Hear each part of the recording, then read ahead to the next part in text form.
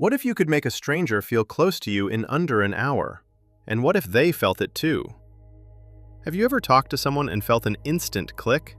Or wondered why some conversations stay shallow no matter how long they last? Here's the twist. Closeness isn't random, it's engineered, and there's a specific sequence that quietly builds it. What actually creates that shift from polite to personal? Back in the 90s, a psychologist designed an experiment. Two strangers sat across from each other and answered a series of questions. Nothing fancy, just questions. But something strange happened. They didn't just talk, they connected, fast. What do you think happens when two people answer increasingly personal questions, one after another?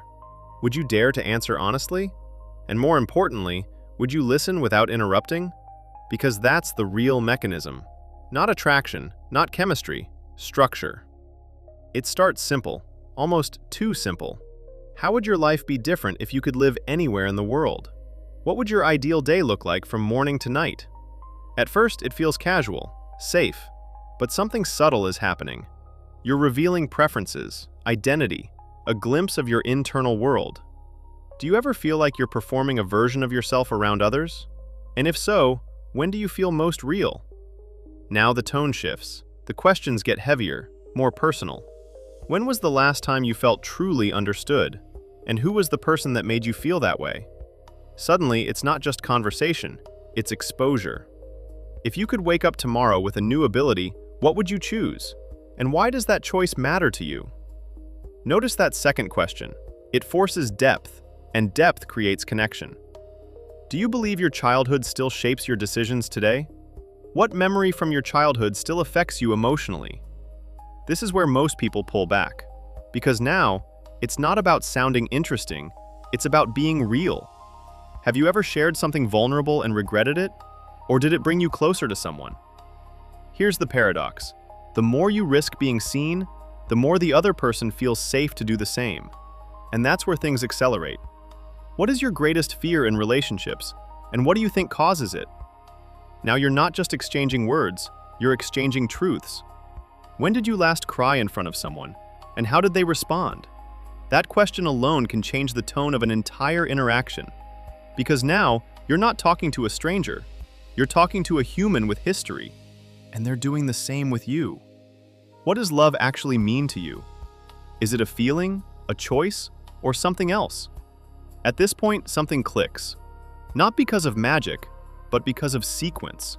Each answer builds on the last. Each layer reveals something deeper. When do you feel most loved? And when do you feel most alone? This is where emotional intimacy forms. Not through time, but through intentional vulnerability. If you knew you would not be judged, what would you confess right now? What part of yourself do you hide the most? That's the moment, the invisible shift. Because now, you're not just sharing information, you're sharing identity. Have you ever felt like you were too much for someone? Or not enough? Those questions hit differently, because almost everyone has an answer, and almost no one says it out loud. If this conversation ended now, what would you wish you had said? What are you afraid might happen if you say it? This is where the experiment reached its peak. Not in romance, but in honesty. And here's the part most people misunderstand. These questions don't make people fall in love. They remove the barriers that usually prevent it. Do you think love is something that happens to you, or something you build? And if it's built, what are you willing to risk to create it? That's the real takeaway. Love isn't just chemistry, it's exposure, layer by layer, choice by choice. The reason this works isn't because the questions are special, it's because most conversations never go this deep. So when one finally does, it feels rare, and rare feels valuable. So the next time you feel that instant connection, ask yourself why. Was it really chemistry? Or was it the first time someone saw you clearly and stayed? Because that's what these 36 questions actually do. They don't create love, they reveal it.